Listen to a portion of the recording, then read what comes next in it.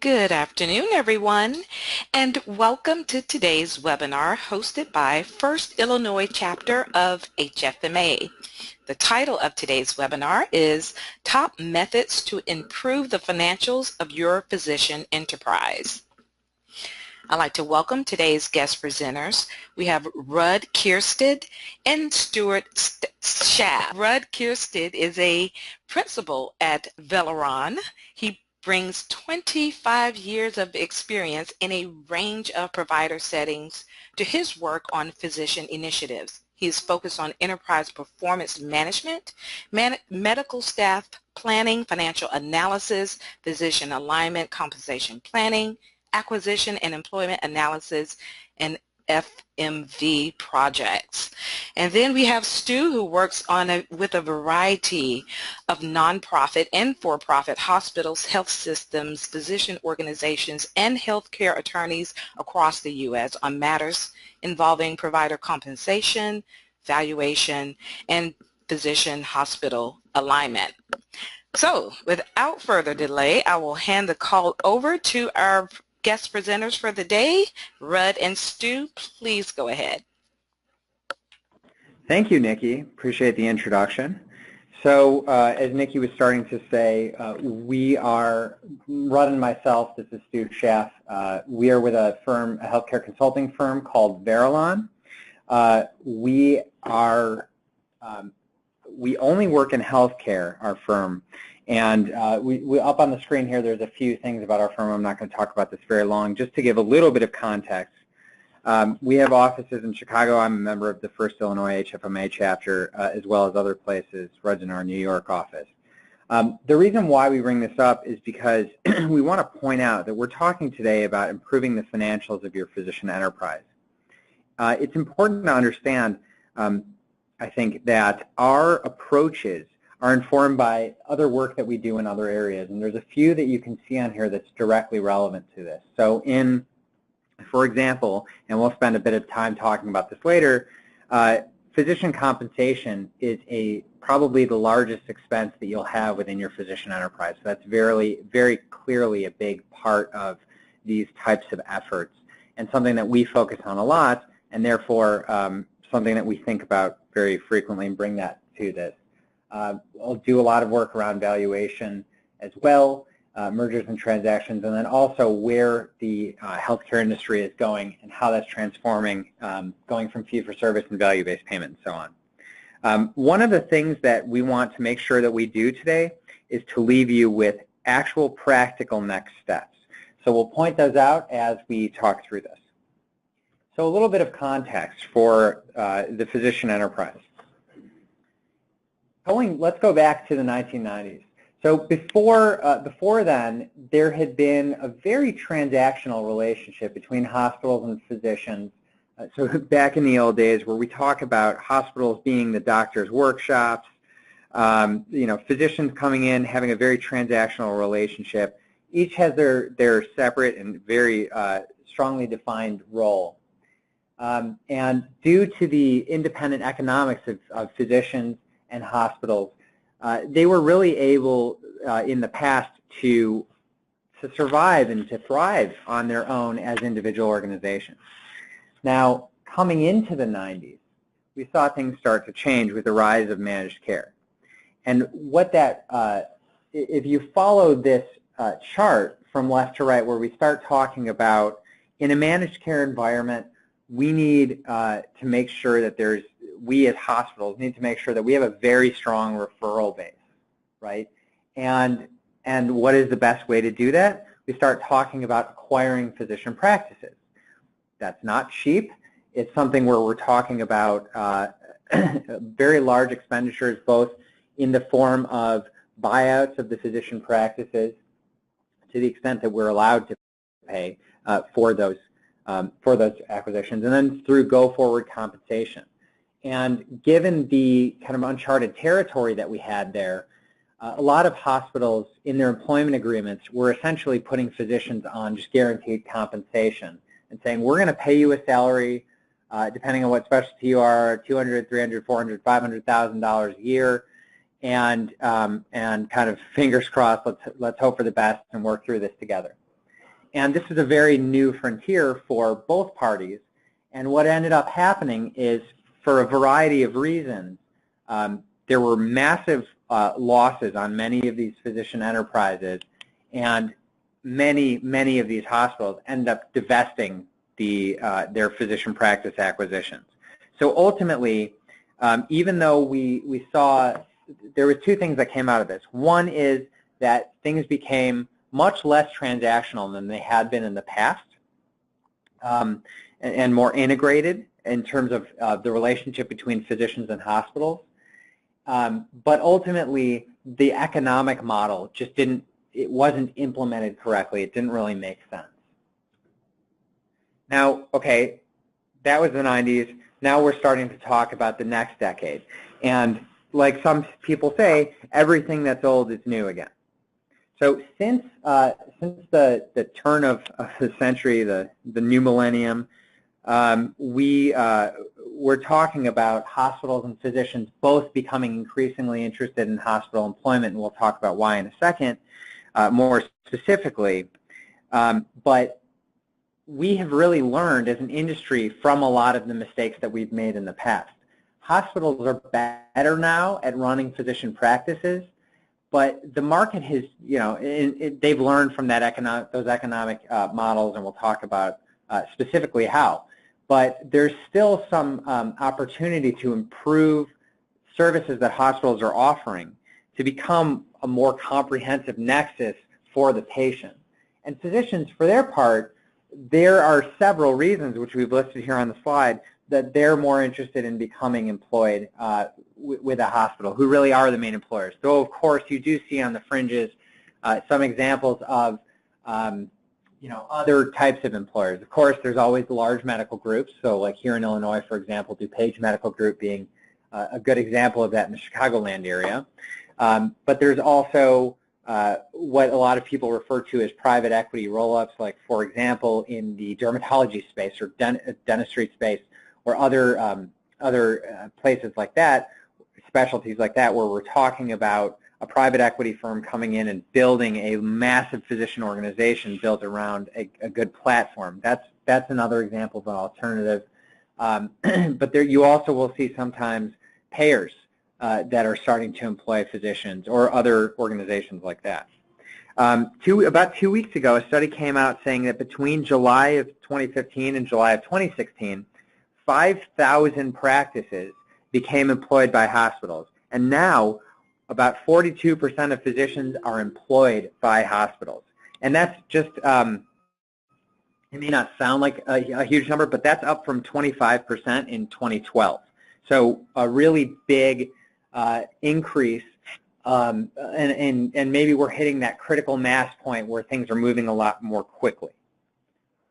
But you also want to consider this other thing that's happening in the background, where really everybody is looking to get better value for their healthcare dollar, including these self-insured employers, right? So we're talking about different types of organizations, whether they're employers, whether they are ACOs, CINs, different types of organizations like that, the payers, all talking about trying to get more value. And there's an opportunity for the physicians, again, if you think back through that arrow diagram that we had earlier, to try and become more integrated to better manage all that. So just a few more reasons why these physician enterprises are coming up. I'm not going to read these out, but the physicians have their own burdens and troubles that they're dealing with in private practice, that many of them, whether they're nearing retirement or coming into, coming out of school and into the industry and starting to practice, have said, you know what, this isn't worth it to me. I don't want to have to deal with the payers. I don't want to have to deal with malpractice. I just want to practice medicine. And the hospitals and health systems, for their part, are saying, look, I have to manage a lot more risk now. I have to make sure that I have coverage covered, and so on and so forth. So these same reasons, or similar reasons, that have come up in the past are coming up again and are driving these physician enterprises again. And there's another big one, and that is the implementation, the passage and implementation of MACRA. So in the aftermath of the passage of MACRA, it really has created a decision point for many physicians where they're essentially saying, like, this is a point where I have to get on a strong EMR. I have to do all this measurement and reporting. I have to improve my quality. Otherwise, I'm going to face some pretty large penalties, and that will be a huge decrease to my business. So one of the big opportunities to help out the physicians in that area is for hospitals to help them out. So they can do that through getting them involved in an ACO or a clinically integrated network, and a lot of them have also done that through employment of physicians. So I talked about having practical next steps. Here is one of the first things that I want to give you to walk away. Here's your first freebie. So when you're talking about looking at your physician enterprise, there are many important questions to ask. It says 7, but there's only 6 on this slide. So here are 6 important questions to ask, and it will start you thinking about where there's potentially opportunities in your physician enterprise to make improvements. And we're going to talk about some specific areas today.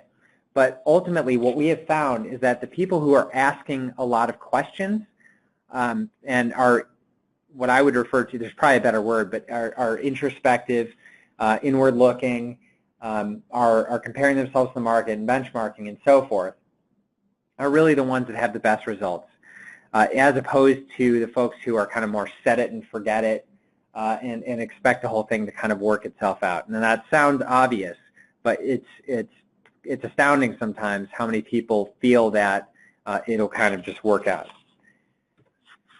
All right, so let's talk specifically about the performance improvement process. So before and we're going to go through each of these specifically, but before we had really growth for growth's sake. Now we're talking about interconnected growth. Before we had alignment between hospitals and physicians. Now we're talking about the hospitals engaging physicians, which is different. Before we had a focus by the hospital management of the downstream benefits of acquiring physicians. Now we're talking about the financial sustainability around their physician enterprises. And that right side there is really where our performance improvement framework lies. So talking about each of those. Going from growth for growth's sake to interconnected growth. So what we're really saying is before, because of the fee-for-service environment that we have lived in, we're talking about accumulation, right? The more, in theory, the more physicians you lock up, the more referrals you lock up, the more revenue you lock up, right? So the point is, the acquisition is almost an end in and of itself. Now what we're talking about is, I almost feel silly saying this, but smart volume, right? Being more choosy, managing better. As the market, and this varies from in every market, as the market moves towards value-based payment, which Alex Azar said just yesterday on a all-staff meeting at CMS, that's still a major priority for him and HHS going forward. What we're talking about is not just growth for growth's sake. We're talking about just being smarter about understanding who those physicians are that you're acquiring, what they're bringing with them, and making sure that we're a little bit more choosy. Going from alignment to engagement. So before, we're talking about something that you bring in someone, and it's kind of almost transactional. Okay, you're part of us now, and then go, right? As opposed to saying, you're part of the team, let's work together as a team. Let's practice, let's have coaching. Apologies for the sports metaphors for people who are tired of those. But one way that this has manifested itself in the past is that there was many times where we have special deals. We see special deals when we're looking at physician enterprises all the time, right? And what that does is it keeps things in silos. It keeps things saying, oh, Dr. X is different, right? You have to manage those special deals. It creates, it sows discontent among other physicians. And you know, it just makes the whole thing more challenging as opposed to everybody being part of a team, right? We're not talking about everybody holding hands and singing Kumbaya, but we're saying that there is a lot of opportunity in these performance improvement opportunities to have a more engaged physician enterprise, which ultimately has financial impact we've seen. Then talking about going from the focus on downstream benefits to the focus on financial sustainability. So what we have seen is that a lot of board members and even some C-suite executives are getting impatient with the level of losses that they're seeing on their physician enterprises. So in the bottom right corner of our slide here, we're showing that, you know, in the past, we may have seen a mid-sized physician enterprise that said, oh yeah, we got about 50 physicians, our average loss is about 100,000. So we're talking about on our physician enterprise losing about $5 million. Over time, these enterprises have grown, and many of them have, the losses have worsened on a per physician basis. So you can see that that has a cumulative effect, and it really wears on a lot of these key stakeholders. Now, of course, those numbers are, you know, there's a lot behind those numbers, and we would always caution people to really understand, make sure that they're all in. Determining what is sustainable is variable from one organization to another, but ultimately, in order to have, in order to be able to make decisions about capital, right, about what your priorities are going to be, what your strategy is going to be as an organization going forward, you have to get your arms around this and determine what is actually sustainable, because the physician enterprise isn't the only way that you can go about achieving your goals. And maybe it's not the right tactic for every single organization. So it's really understanding that. So our approach.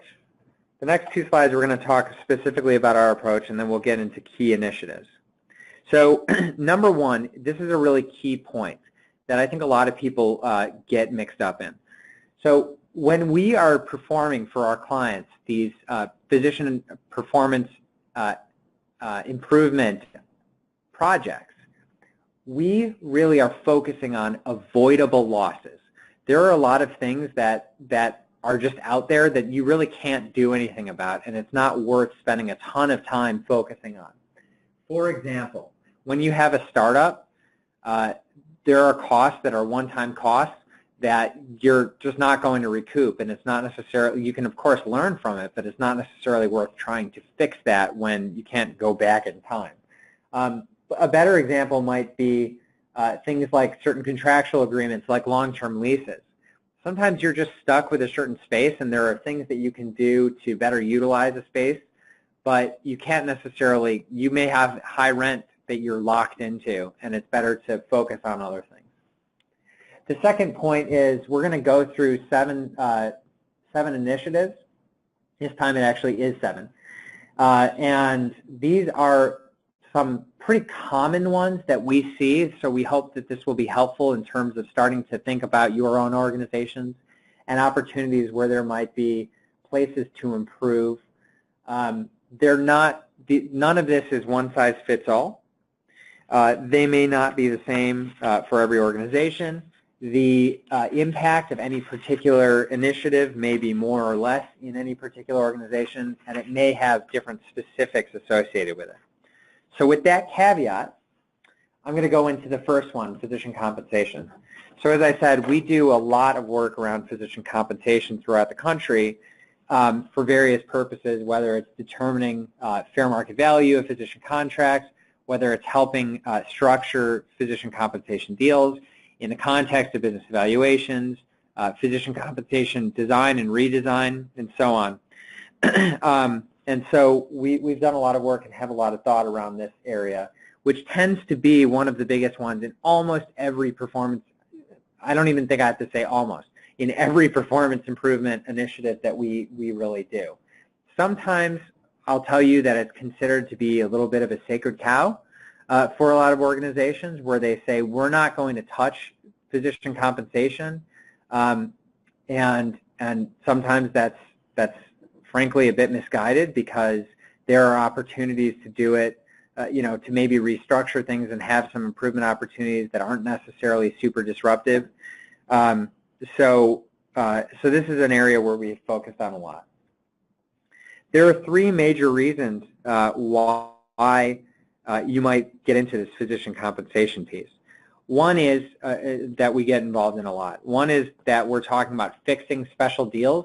So if you have a physician enterprise that has 100 physicians in it that came about through 20, 50, 75 different deals of onesie twosies or maybe even bigger size practices, and it wasn't done in a manner that was necessarily planned in advance. It was kind of, here's the best deal that we can get with each of these physician enterprises.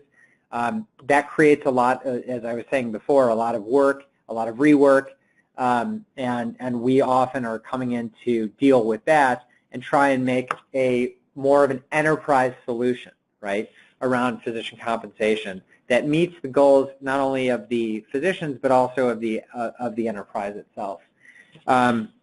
Another is dealing with changes in the market. So as I mentioned earlier, we're talking about going from fee-for-service to value-based payment. It varies by market. It varies by organization, depending on what you can work out with your payers. But it is the way we are going, and where we'll end up is kind of anybody's guess. But that's another thing that is driving opportunities here. And the third is, for some of our clients, we get involved in helping them plan from the ground up. So they're talking about starting a neuroservices service line, for example. And what can we propose to our physicians and say, this is our plan for you, right? So those are the three kind of major contexts that we work in. And there's a whole process associated with it. And this is one slide that really encapsulates everything, and there are a lot of details that go behind this. But this is really what the whole process looks like. And what we're talking about is getting, when we're talking about physician compensation, number one, understanding what's going on today so that we can recommend a solution that is going to have the maximum impact with the minimal disruption, right? So maximum benefit, minimum pain. We're talking about getting on the same page as far as the principles that underlie the plan goes. Because if you do that first, then all the decisions that flow to that, as long as they go back to your principles, it's harder to argue on that. Then you're starting to argue over just numbers, right? Perspectives on that current model, really, again, understanding what's going on today, and then coming up with a model together that really meets the objectives of the organization, meets the objectives of the physician, is compliant, and so on. Really understanding what happens to these physicians as they go from what their current situation is to their new situation is. This is something that people forget, frankly, all the time when they're looking at physician compensation plans. Where am I at today? Where will I be tomorrow? Because ultimately, when you come to a physician and say, here's the new plan, please sign on the dotted line, that's the question they're going to ask themselves. Am I going to get more for the same amount that I'm doing now? Am I going to be in the same place? Or am I going to take a loss for the same amount of work? I dealt with that in my private practice. I don't want to see that again going forward. And then that creates a difficult situation. Talking about transition, another area where people really don't spend a whole lot of time in our experience, which is important because you don't want necessarily to jump cold turkey to something new. And then finally, talking about how that's going to be communicated. So that's the process that we look at as far as compensation. And again, there's a lot of work that goes into that for each particular organization, and how it looks is going to be different for everybody. There are a ton of different physician compensation models. So here's another freebie for you to put up on your wall. You can make it a poster size. But there are a lot of different pros and cons to different types of models. There's as many different compensation models as there are grains of sand on the beach, and they all have different pros and cons, and they all work differently for different people. So we work through that with different organizations. and try and figure out what the impact is going to be of moving to different models, not only on the full enterprise, but on each individual physician. There are tons, when you start talking about metrics, so you're talking about incentives, there are tons of different metrics that you can use. So, of course, there's productivity type metrics. The things that we're probably all familiar with. We started with, back in the day when we started talking about the fee-for-service volume, many organizations used charges and realized, oh, this is pretty much a made-up number, and it's not really reasonable. It doesn't tie to anything really. Let's try to go with collections because it's the actual revenue that my organization is bringing in. Oh, well, now I have a problem where I have people who are cherry-picking commercial patients and don't want to see Medicaid patients because they're going to, get paid less. So many organizations now, from a productivity perspective, are on a work RVU model, which is payer agnostic and really measures the physician's time and effort. And that's pretty much the predominant model right now. When it comes to quality, there's all sorts of different things that we see. If you asked 10 physicians and 10 administrators what the definition is of quality and how it should be measured, you're going to get way more than 20 answers. There's really no consensus on this, and there's a lot of, the next two slides show that there's a lot of different ways where physicians can impact quality, where physicians can impact cost, those two being the major drivers of value in our kind of triple aim system. And one thing that we would say, here's another kind of practical point for you to take away, is that when we are working on these types of initiatives, and what we always try to do is say a few things. When you're selecting these metrics, you want to make sure, number one, it's something that you measure today and that people are familiar with and are seeing reports on. That way it's no surprise. That way it's harder to argue with the data. And that way you don't have a botched implementation, right? I've seen too many times where they say, we're going to measure X. We're going to start measuring that.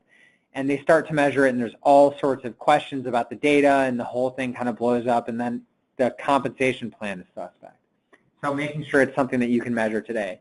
Another thing is making sure that that these are acceptable choices, but they are choices for the physicians. So we say, come up, hospital administrators, with a menu of things that you're comfortable with, that you measure today, that are actually meaningful and aligned to payer contracts or strategic imperatives, and give the physician some choice, right? Because that way they can really be bought into it. So a lot of work goes on around physician compensation. We can and should and probably will have more to say about that in other presentations. But in the interest of time, I'm going to turn it over to Rudd now to talk about a few more of the initiatives that we typically work through. Rudd? Great. Thanks, Stu. So I'm going to pick up on a few things. Stu covered compensation, which is huge and big. But there are a bunch of other things that have come to the surface in our work in the performance improvement of the medical groups. And I'm going to go through 6 of them. And these arise out of a general concept that there's more to our medical group than just signing them up and getting them to sign their contracts. That really each physician or physician group may be best thought of, in fact it is, a business.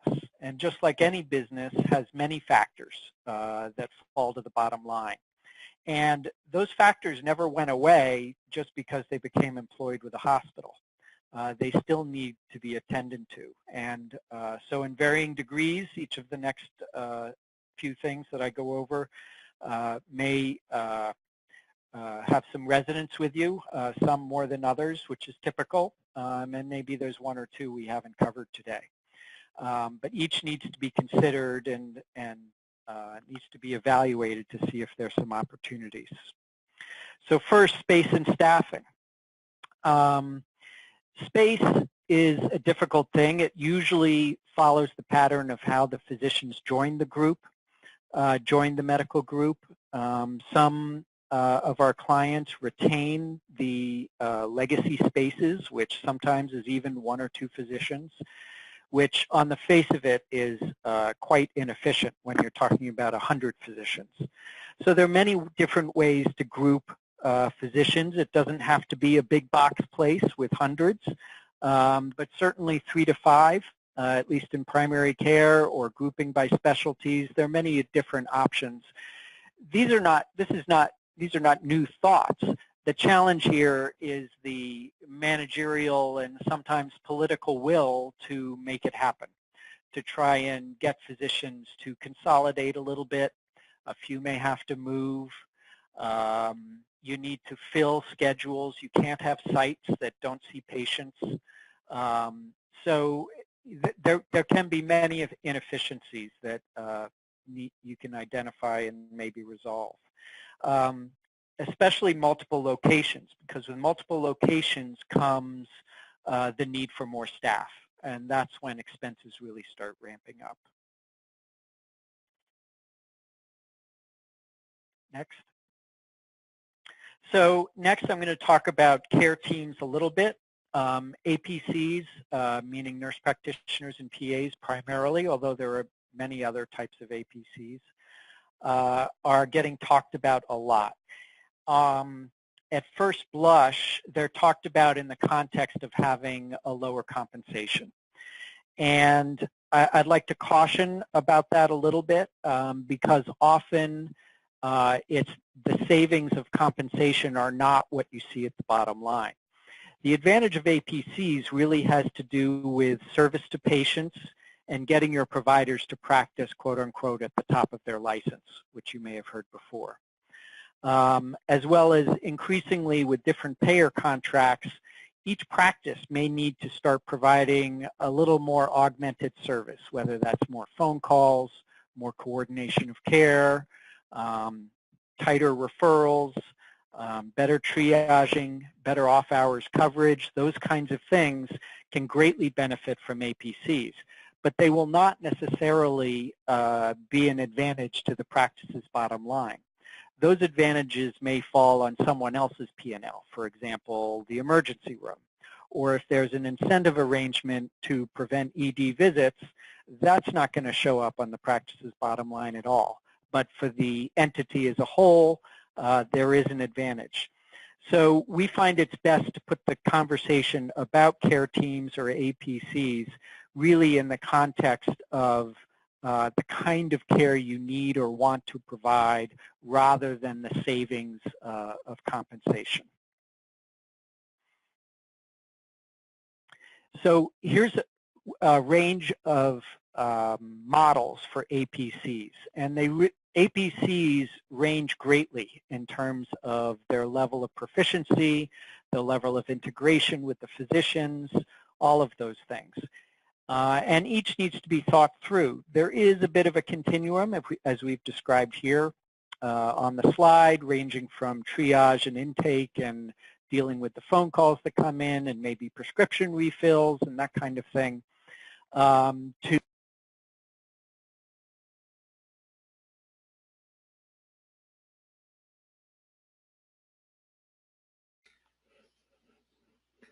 Uh-oh, looks like we may have lost Rudd's audio temporarily. Stu, we still have you on the line, right? Yeah, yes, I'm still here. Okay. I'm sure he's going to start talking in a second. Okay.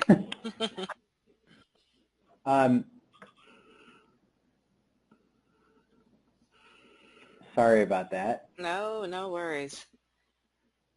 I'm sure he'll connect very, very quickly.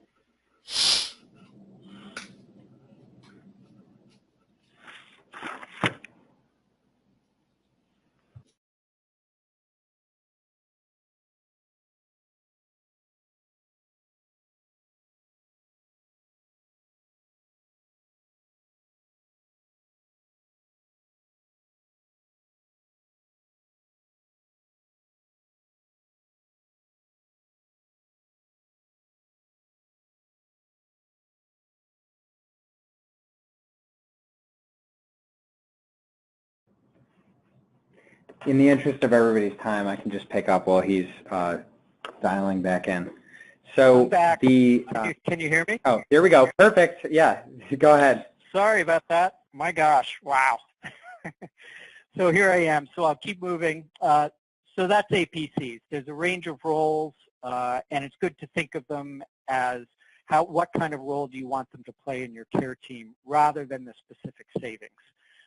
And that can be a complicated question depending on where you're going with payers and whether you have physician managers who can actually make the care team work well. So next. EMR and IT. So this is really a tool, and I think we've gotten beyond the point where we felt that the EMR was going to be the be-all, the end-all, and a solution in and of itself. We've gotten beyond that. So it's really a tool to provide feedback for management and individuals, and it really needs that management.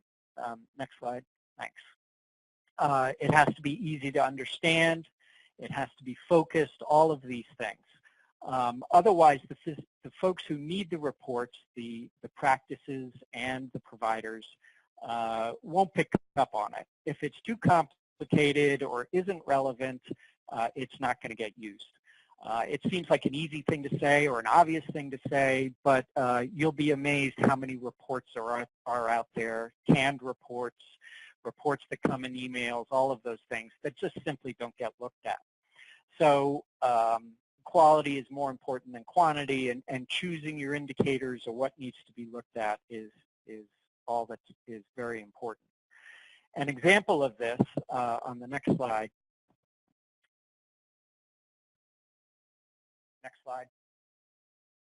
This is from MIPS, and here is a range of topics, some of which are directly relevant to use in an EMR and some less so.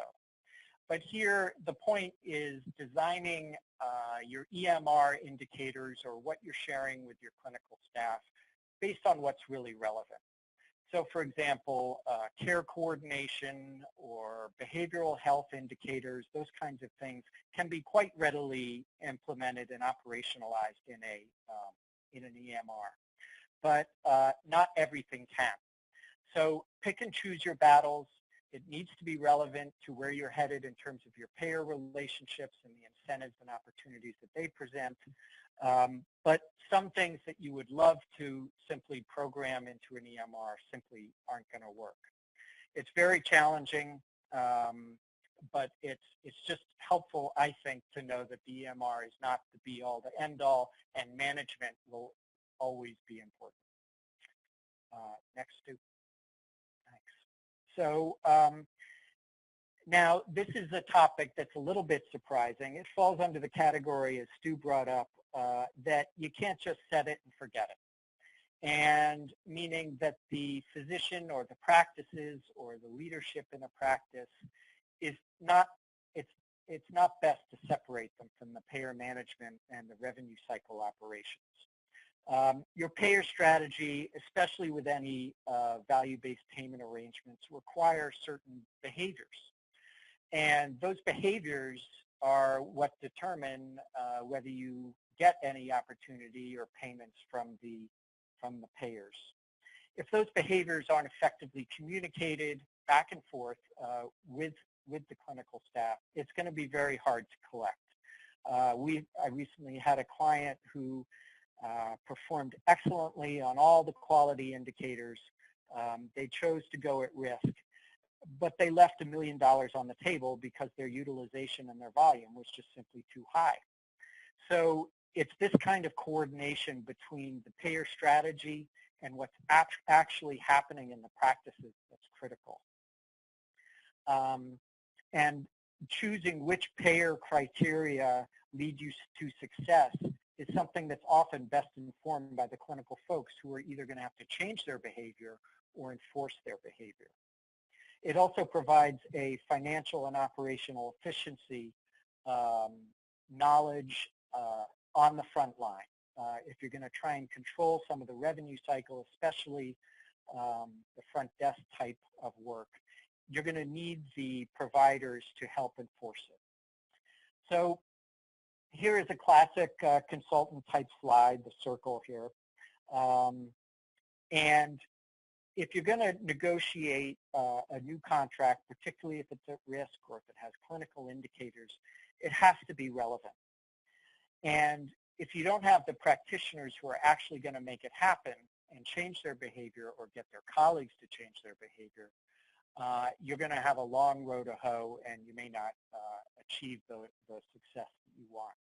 So although it's hard, again, this falls under the theme of bringing on physicians in their practices is a business. It's not just a single employment agreement.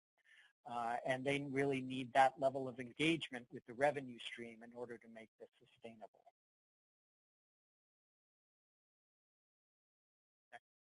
And here's an example, a concrete example. This happens to be from MIPS, where the payer approach and the notion of changing clinical behavior as well as the compensation arrangement all come together. You can see here, this is a version of payouts calculated in a particular situation. This particular client is going whole hog into the MIPS world. They're seeking a variety of payer approaches. They're looking to their colleagues to change behavior, and in the end, it comes down to comp so that people actually feel it, which is, we think, the way it should be. Next.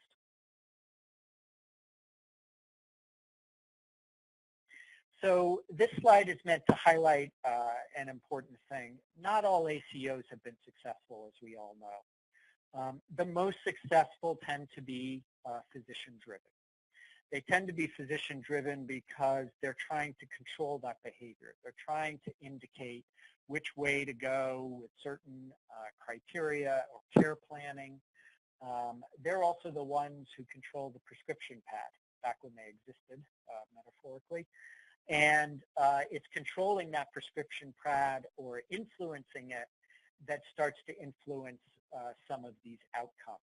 It's not one major policy decision. It's the thousands of decisions that providers make every day that starts to really make a difference. And that can't be managed with every decision. There needs to be a certain amount of the providers going on autopilot, if you will, about how to do these things. And so as a result, the ACOs that tend to work are the ones that tend to be physician-driven.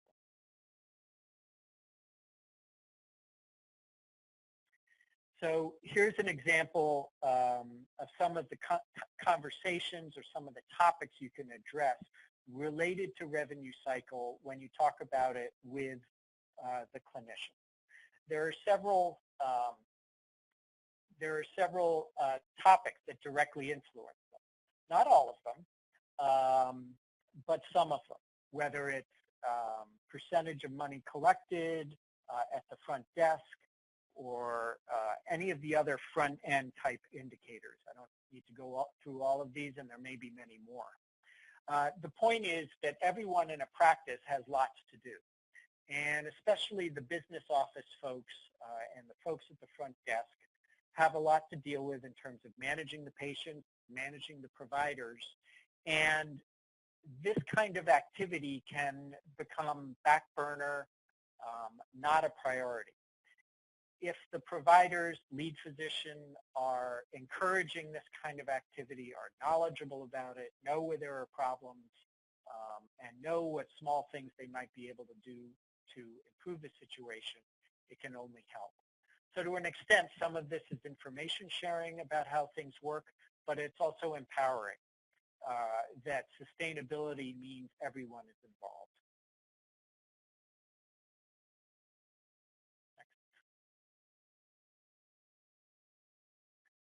So this next topic it may not be entirely overlooked, but it's often not discussed.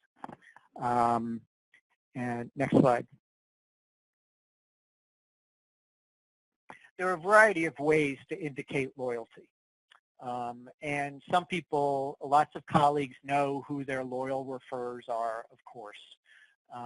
And it can be a very important topic. Loyalty or leakage may be a more powerful statistic than market share. If you were to improve the loyalty of referrals, then you just gain market share without adding providers, without any major new initiatives. But what does loyalty mean? It can, in terms of changing that kind of behavior, it can mean a range of things. We have a couple of clients who actually put this kind of language into employment agreements. Of course, there are exceptions, and those exceptions will remain and encouraged where appropriate. But at least setting an expectation of referring within your group rather than outside first. Sometimes it's a contractual issue, sometimes it's a kind of conversational one. In addition, you can use CRM databases. There's a variety of them out there. They're not perfect information by any means, but they can directionally point you into having a good picture of who's referring where and those kinds of patterns.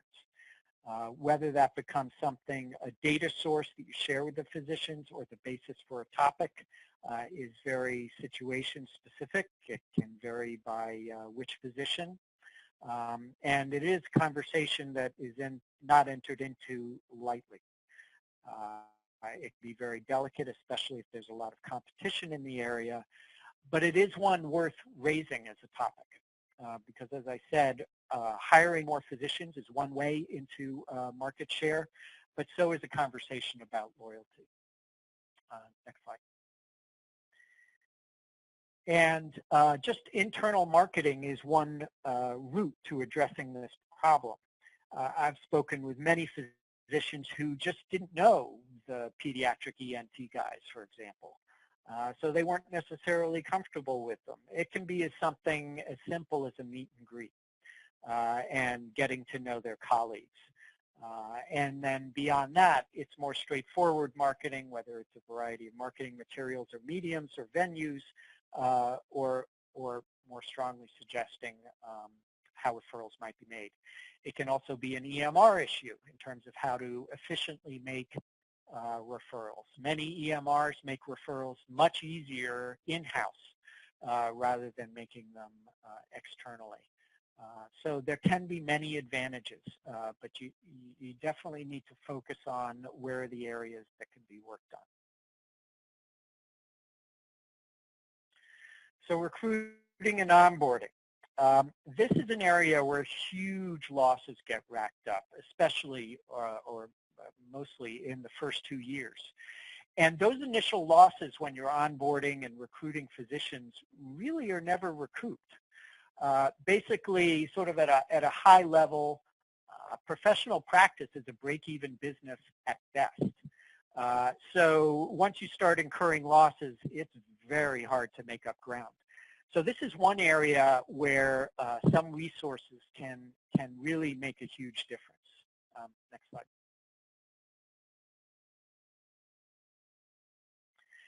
Here's a range of areas where losses creep in, especially in the first 2 years. Whether it's productivity or loyalty or the revenue cycle problems, coding, all of these things can be an avenue, if you will, for losses. And they're particularly prone in the first 2 years when your providers are learning the systems, when your finance department is learning a provider's payer mix of their practice. There can be payer products that are not taken by the hospital but were taken by the physician group. Transferring PCP status from the old contract to the new contract. What it really end up being sometimes very tedious and detailed issues can really add up. And more often than not, we see this onboarding process being shortchanged. And that's where big losses for 2 years running really creep in. So the concept of the practice home for physicians and how do you transfer all of that practice's elements into the new context becomes very important. And to do that, engaging an onboarding team very early in negotiations even.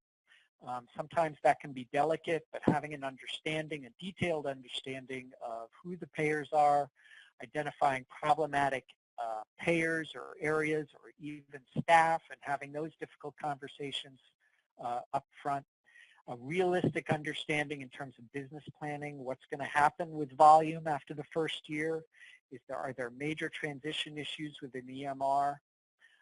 In general, we can see at least a 20% drop in volume when switching in EMR.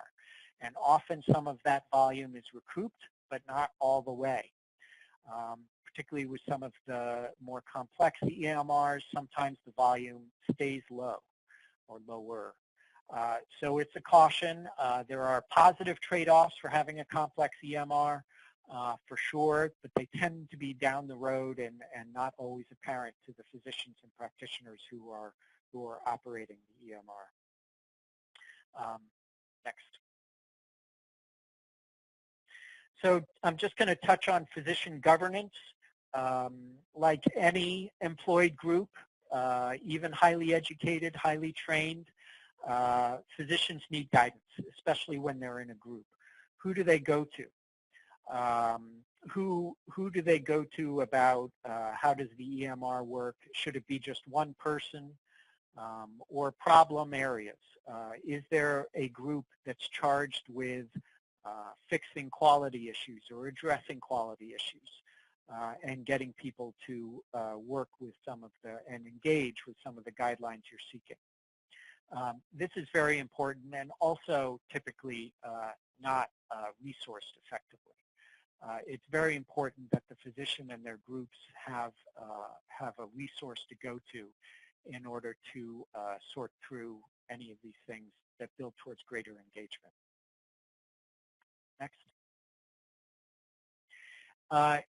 Having a medical group performance improvement work group can be one version. We have some clients who actually have a board level committee. How that the best approach depends on where you are and the size of the group and all sorts of things. Here are some suggestions. Certainly trust and transparent goals are very important. Feedback monitoring for any of the initiatives for the medical group. Reinforcing citizenship of the medical staff. That fee-for-service may be going, but work RVUs is what pays the bills.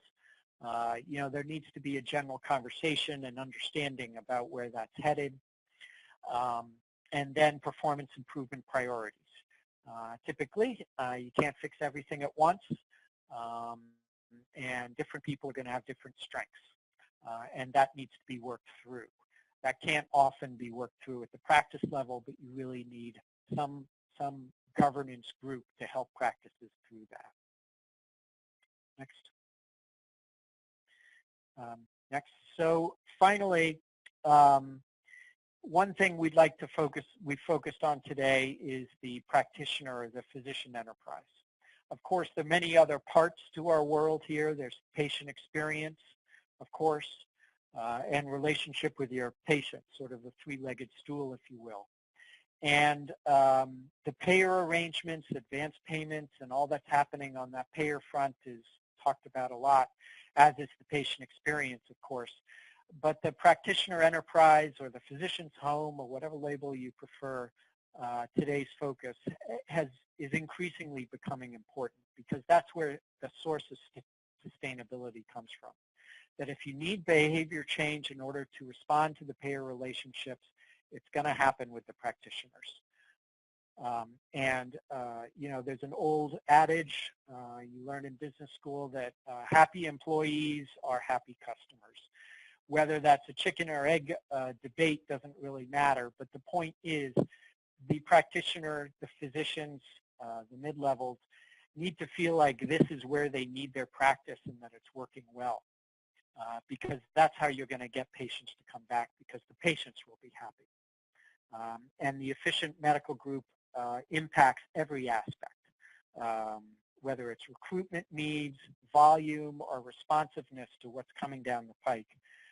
It's the physician enterprise or the practitioner enterprise That's, in the end, really going to make lots of this happen. So with that, I'm going to turn it back over to Nikki. Maybe there's a few questions we can address now. Feel free to give us a call if there are any additional ones. Happy to talk or email, whatever works for you. Awesome. Great. Great collaboration, gentlemen. It's valuable to hear this topic from your different perspectives, so thank you for that. We do have a few minutes left before we reach the top of the hour, but before I take our first question, just want to remind everyone to type their questions into that questions chat panel, and we'll take as many as time will allow. I will address one question about accessing the replay. So as you may see, this has been recorded. We'll do some editing and distribute that out in case you'd like to listen to it again or share it with a few of your colleagues. All right, so let's jump into this first question here. It simply reads, how do I know the most important improvement opportunities for my organization? Any insight there, gentlemen?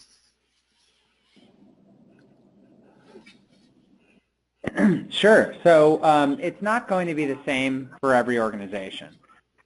It's important to really take a hard look at what where the performance of the organization is relative to other comparable organizations. There's information out there from MGMA and other data sources that will help you determine that. As well as looking internally at how things have changed over time and where things maybe don't line up from a strategic perspective with the rest of the organization. So it's really going to vary, but ultimately it requires taking a long, hard look.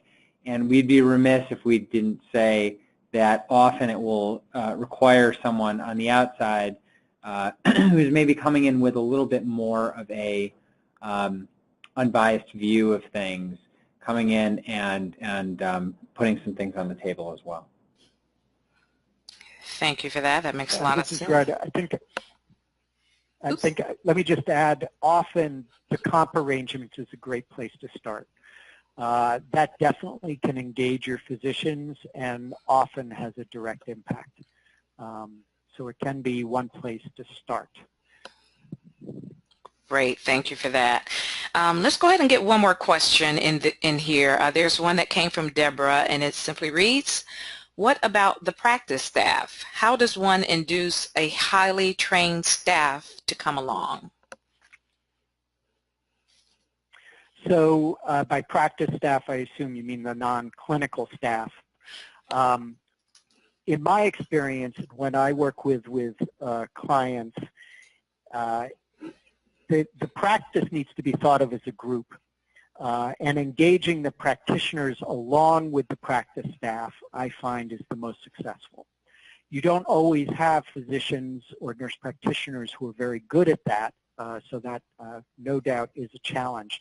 But getting them involved with the practice staff is when it's going to be most successful, because they have a mutual understanding of what is happening day to day.